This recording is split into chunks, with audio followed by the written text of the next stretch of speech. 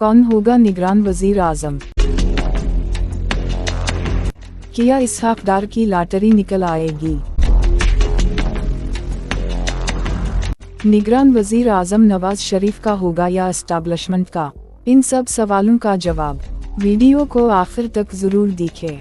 नाजरीन को फटोटा खुदा खुदा करके साबिक वजीर आजम शहबाज शरीफ और अपोजिशन लीडर राजा रियाज के दरमियान निगरान वजीर आजम पर इत्तिफाक हुआ है।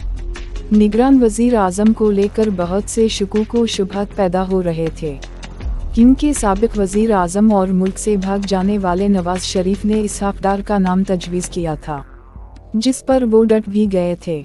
मगर एस्टैब्लिशमेंट को ये मंजूर नहीं था, क्योंकि एस्टैब्लिशमेंट अपना कोई बंदा लगाना चाहता था, जैसे पंजाब में मोहसिन नकवी को लगाया था। तो नाजरीन, अब दोनों में इत्तिफाक हुआ है और बलूचिस्तान से अनवर उल हक काकड़ को बतौर निगरान वजीर आजम बनाने का फैसला किया है। नाजरीन, याद रहे, अनवर उल हक काकड़ को एस्टैब्लिशमेंट का उम्मीदवार कहा जाता है, क्योंकि वो एस्टैब्लिशमेंट के बहुत करीब रहे हैं।